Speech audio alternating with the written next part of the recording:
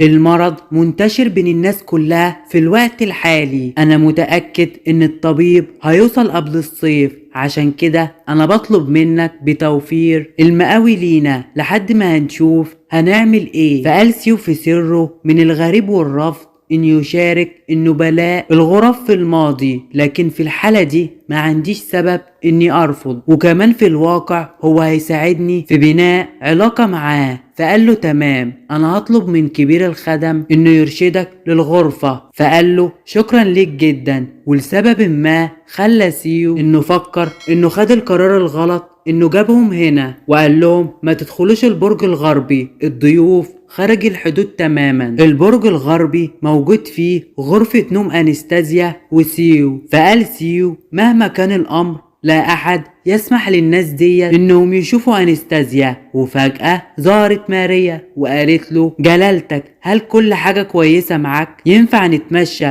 وتوريني حوالين القصر ده؟ فقال لها: لماذا؟ فقالت له ماريا: أنا مش عارفة حتى هو فين البرج الغربي اللي بتحكي عليه ده، وأوعدك هيكون مفيش أي سبب يخلق مشكلة ليك، وبتمنى توافق لأني هحب ده منك. وبيكون أبوها واقف، وسيو ما كانش عارف يرد ويقول ايه، لكنه ابتسم في دهشة وبيحس بالانزعاج. حسرا على الرغم ان لم يكن يبدو متشابهان جسديا، الا تلك العيون والفم الشابهة بالثعبان كانت بالظبط تشبه الكونت إيفردين، وده بيكون تفكير سيو. فرد عليه هورسون وقال له: انا سمعت شائعات انك عايز تسمعها، بتمنى انك تبني معانا علاقة ايجابية يا سيد سيو. فرد سيو وقال له: على كده انتشار الطاعون كان مفيد ليك يا ماركيز هوسرون؟ فرد وقال له: اعتقد اني لازم اقول ايوه. كان سيو في انجاز ان ازاي يرد عليهم وعلى طلبهم، لان لو قدر انه يبني علاقة ايجابية مع ماركيز هوسرون من الممكن ان العلاقة مفيدة ضد الامبراطور في يوم ما. ولكن اكيد ده مش السبب الوحيد انه يصافح ماركيز هوسرون، عشانه استمرت عروض الزواج للامير سيو على الرغم من خطوبته لانستازيا، لكن مش بيرد عليهم وبيوقف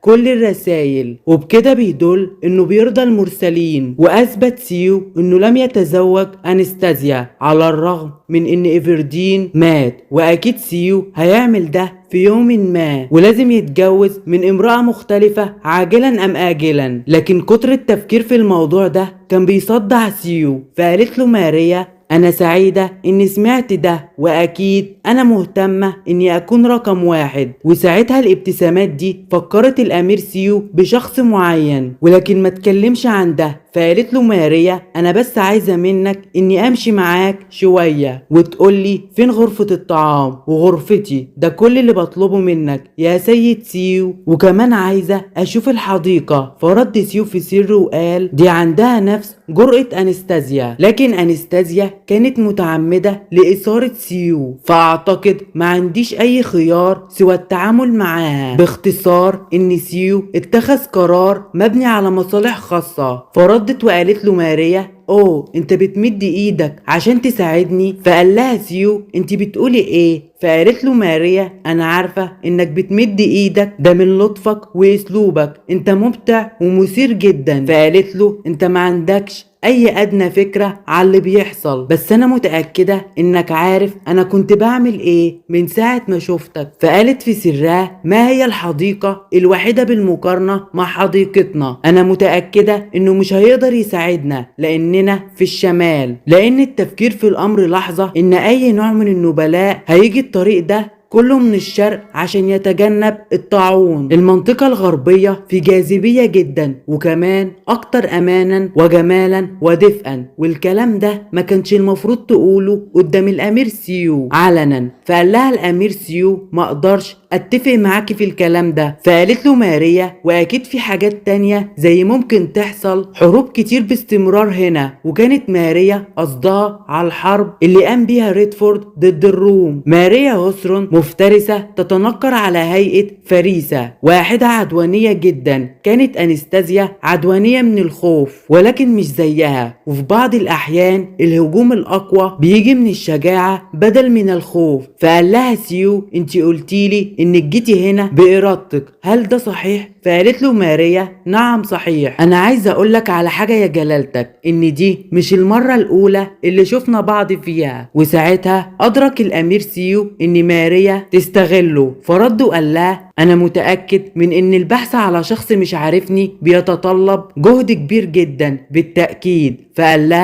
لها سيو توقفي في اللعب معايا وتعالي نتكلم في محادثة اكبر من كده. فقالت له ماريا لكن انا مش بلعب في افكارك، والمكان اللي شفتك فيه في المرة الاولى كان في قاعة المحكمة. نعم، اليوم اللي خضعت فيه الحقير للمحاكمة، انت فاكر صح؟ نظرة ماريا المحتقرة اللي بينتها في ثواني خلت سيو ان في حاجة تقيلة واقفة على قلبه، لان عيونها كان نفسهم نفس نظرة انستازيا في الماضي. فقالت له ماريا جلالتك انا امرأة عندي طموح وبدونها انا ولا حاجة. فقال لها الامير سيو توقفي على الكلام ده ووضحي انت تقصدي ايه. فقالت له اولا قبل كل حاجة والدي عايزني اتجوز من عائلة مستواها عالي. فرد سيو في سره حلم الوالدين لطفلهم ماركيز هوسرون مشابه تماما لحساب ايفردين، عشان كده لازم يكون رجل طموحا ايضا. فقالت له انا متأكدة من اني اقدر اني اكون الاميرة التانية لجلالتك لو فكرت في ده، لان كتير من الناس بيحبوا ان يكون عندهم امرأة جميلة المظهر كزوجتهم. هي عندها حق، لان كان عند هورسون بنتين واتبرأ من البنت الاكبر، ومن الناحية الفنية ماريا هي الوريثة التانية لعائلة هوسرون. فقال الامير سيو في سره دي هتورث ما يكفي من الثروة والنبلاء، ومفيش اي شك انها امرأة مثالية لاي رجل هناك. فرد عليها وقال لها وانت بقى حط عينك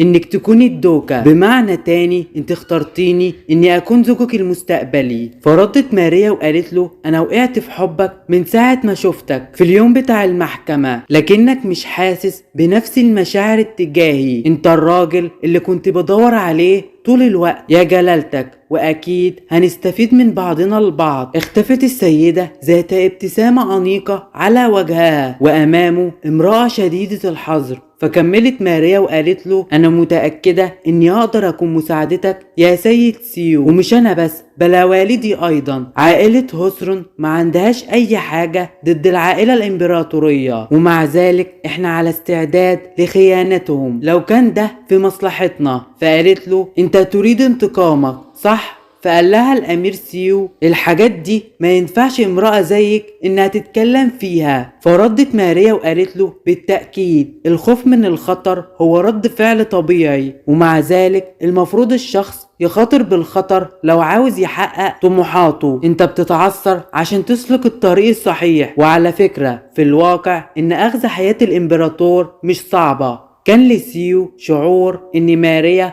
صعب الاستغناء عنها، ويعلم الجميع ان جلالته بيتعامل بشكل سيء لو كان الامر بيتعلق بالكحول والنساء. ولما تستخدمش ده ضده؟ لو كنت مكانك لاستفدت من ميل الامبراطور. فرد سيو وقال لها جلالته ذكي جدا، عشان كده اغتياله صعب جدا ومش هيكون سهل. هل فكرت في الامر بالكامل؟ يا ترى ايه اللي هيحصل في الفصل الجاي؟ وبكده يكون انتهى الفصل. ولو عجبك الفيديو ما تنساش تعمل لايك وتشترك في القناة وتفعل زر الجرس عشان يوصلك كل جديد. سلام.